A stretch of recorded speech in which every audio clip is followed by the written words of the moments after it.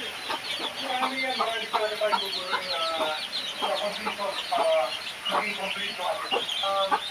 Marami ko naman marami kami facts na pinag-aaralan. So we can separate the bad parts of the isa mo. But still,